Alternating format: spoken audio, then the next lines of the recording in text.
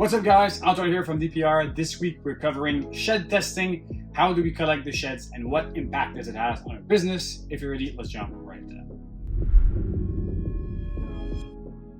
Before doing so, I have my second clutch of Mexican black king snake that has been laid for the season.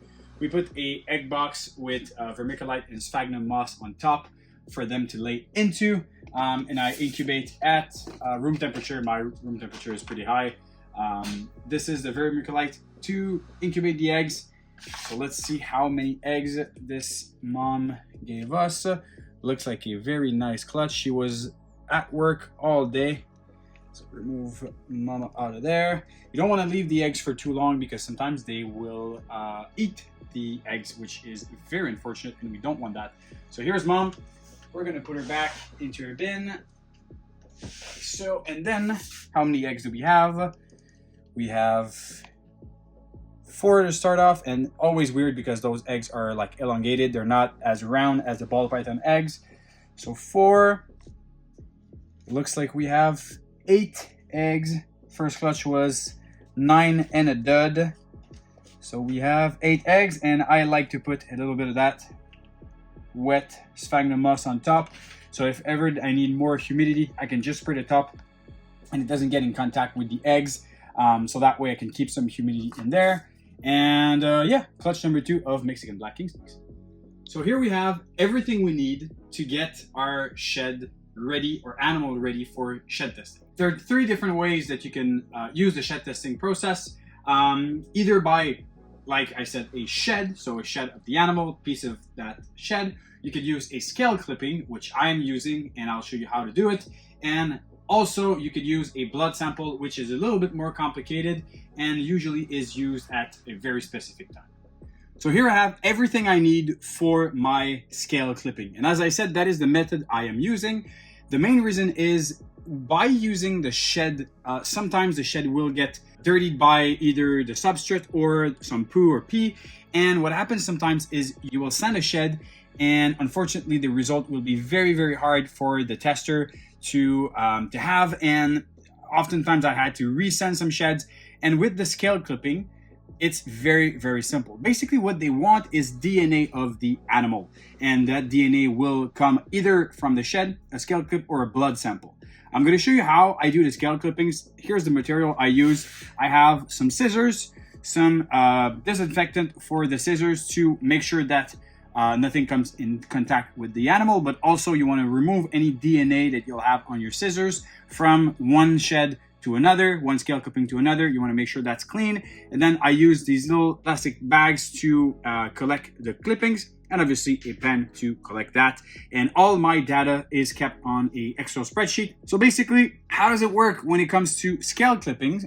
I do this process alone. I'm used to it, but you can also do it with 2 people. So one person holding the snake like this, and then another person doing the scale clip.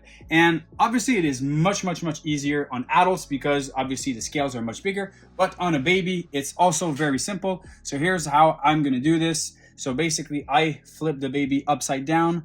With the scissors, I will gently lift one of the ventral scales. Sometimes you might have to do it 3 or 4 times to make sure that you have a very small little piece, and just like so.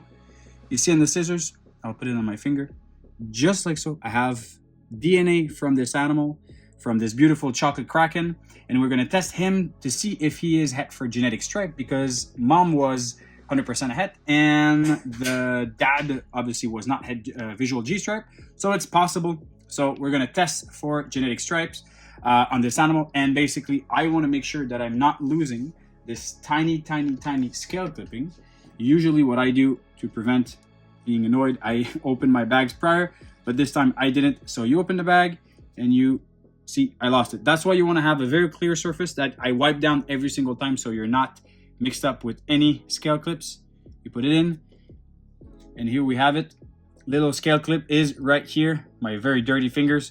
It's a busy day today, but here I have the little scale clipping, and that's what I'm gonna send to the shed tester. As far as shed testing, I go with Heather here in Canada. She works at the Collège Vanier here in Montreal, so she's very local to me.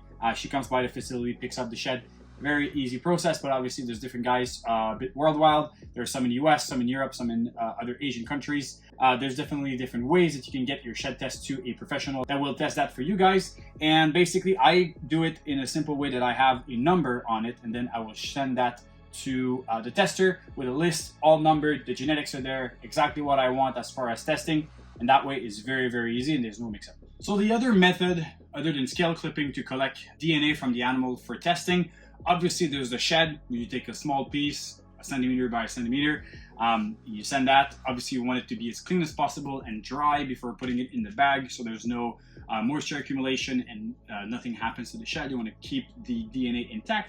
The other way that you can do it, I don't really do it myself, but it's possible to do with a freshly hatched clutch, freshly cut clutch. You can take like a Q-tips or anything like the Swab. You can even do it with like cotton or something. And on a specific animal, you can collect some of the blood on the egg, and you collect that blood. Let's say this is my swab. Let's say I collect some blood here. See, there's a little bit of blood on my nail. So that blood would be collected. That little swab would be put in a plastic container, and it goes through the same exact process. Basically, we just want to have DNA. It's not that those genes are on the skin of the animal. No, it's really in the DNA of the animal. It's in the animal itself. So a blood sample also works. This method, I guess it's a quicker method because you can swap it directly when the animals are still in the egg, and you can test for it right away. It's not a method I have used, but it's a method that Heather told me, and she came here by the facility, did some trials, and the trials were successful with that technique. But it's not one that I use. I rather just let the baby come out and then do it. But I guess that if you're really in a hurry to test your animals, you can do it this way. So last part, obviously, you've collected your scale clippings, your sheds, or your blood sample.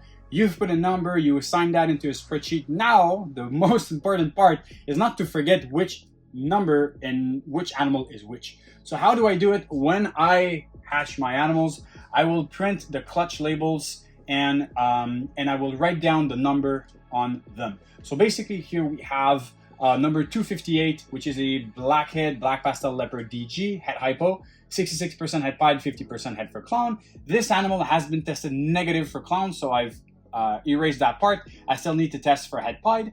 I know that 258, visually speaking, it's a sticker. It's not going to come out, and it's not something like, you know, like this, a non-permanent marker that you can remove. Nothing's going to happen. If there's anything like a spray or any accident, I'm not going to lose my data. That's really important. So this way is very easy. I know 258 is this animal, 260, 262, 261. Very, very simple that way. And that is the number that I will put on the little tag. Very simple. If you were collecting sheds, I guess that what you could do, if there was a shed from this animal, you can let it dangle from this from the bin and collect it later on to let it dry. That's also another option. But I tend to see, especially here at the facility with my dog, any of the lower bins, if there's a shed that dangles, oftentimes the dog thinks it's a toy and goes in and snag it. Happened to me quite some time. But that's the reality of having a dog at the facility. Other than that, this technique works really fine. There's definitely an aspect of strategy with shed testing. Now, a triple het male can be a very powerful tool for different females. Let's say you hatch a triple het DG Monsoon clone. You want to use this triple het DG Monsoon clone to breed to different females to enhance your projects. It's a very cheap male, but with that you can test all the babies and you can get some really cool surprises. I hatched a triple het DG Monsoon clone female from a triple het DG Monsoon clone male that I purchased for, you know, decent price still, but not as much as, you know, a triple visual or something. So you could use those animals to your advantage by breeding them. I did that a lot this year. It's costing me a ton on shed testing, but I know that in the end, it's going to be more profitable for me to have done those crazy pairings and to have tested almost the vast majority of my animals. I'm not going to test the snakes that are going to go for wholesale, obviously, because they don't really care about any hets.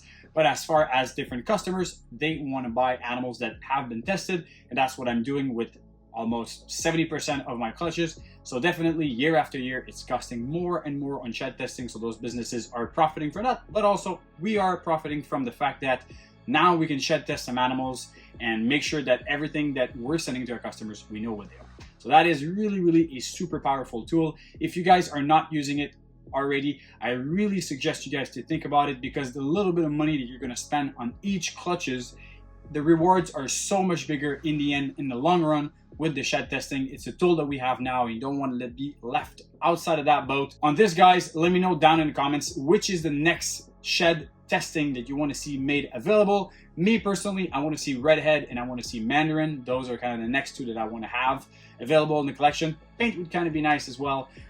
So let me know down in the comments below. On this, guys, subscribe to our Instagram for daily snake content and go check our Morph Market for available animals. We'll see you soon. Cheers.